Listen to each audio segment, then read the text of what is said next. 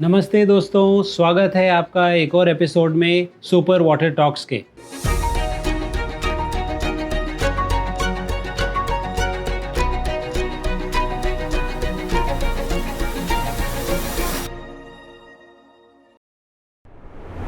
हम आपकी waste water problems सुनते हैं, समझते हैं और उन्हें सॉल्व करते हैं। आज हमें एक कॉल आया है एक छोटे डेयरी प्लांट से। उनकी क्या प्रॉब्लम है, आइए जानते हैं। सर, जब तक हम आपका प्रोडक्ट नहीं डाल रहे थे, एरेशन टैंक का पानी बिल्कुल ब्लैक था। एमएलएसएस बिल्कुल नहीं बन रहा था। लेकिन जब से हमने आपका सुपर 24 एमएलएसएस बूस्टर यूज किया है, तो सिर्फ 2 दिन में पानी ब्राउन हो गया और माइक्रोबियल एक्टिविटी भी दिख रही है। लेकिन अब भी एमएलएसएस बन नहीं रहा है और सेटलिंग भी सही से नहीं हो रही है। सर, तो अब हम क्या कर सकते हैं? ओके सर, थैंक यू, आपने हमें अपनी प्रॉब्लम बताई। तो इस प्रॉब्लम को मैं समराइज़ करता हूँ।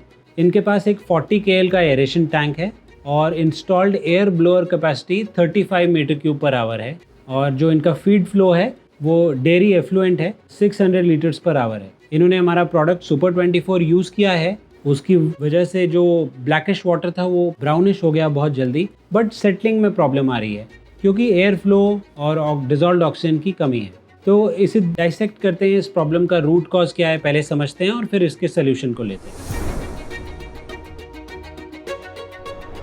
रूट कॉज सिंपल है कि माइक्रोब्स को एक ऑक्सीजन डिमांड आती है और एक एफ्लुएंट को भी एक ऑक्सीजन डिमांड होती है। BOD means biological oxygen demand, COD means chemical oxygen demand.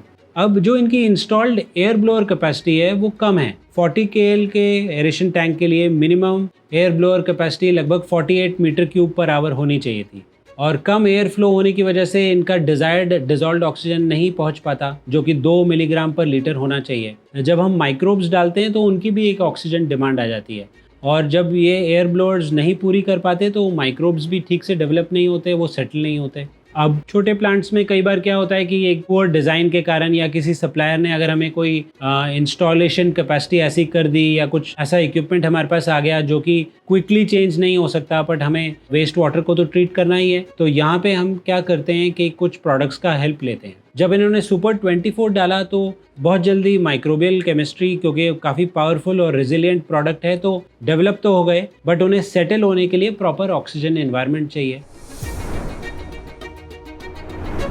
इसके सोल्यूशन 2 तरीके के हैं।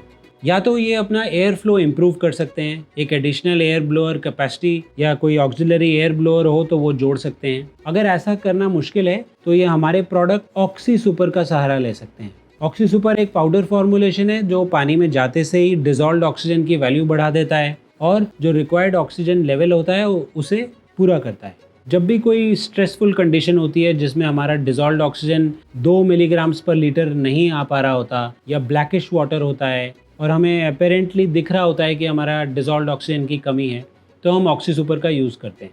इस केस में मैं रेकमेंड करूँगा कि ऑक्सी सुपर का 2 ppm पे यूज़ होना चाहिए, दैट इज़ 2 ग्राम्स पर KL of daily feed flow, और सुपर 24 का भी 2 ppm पे या 2 ग्राम्स पर KL of daily feed flow पे रेगुलर यूज़ होना चाहिए। ऐसा करने से माइक्रोब्स को जो ऑक्सीजन डिमांड है वो पूरी हो पाएगी, वो ठीक से फ्लॉक बनाएंगे और सेटल हो पाएंगे।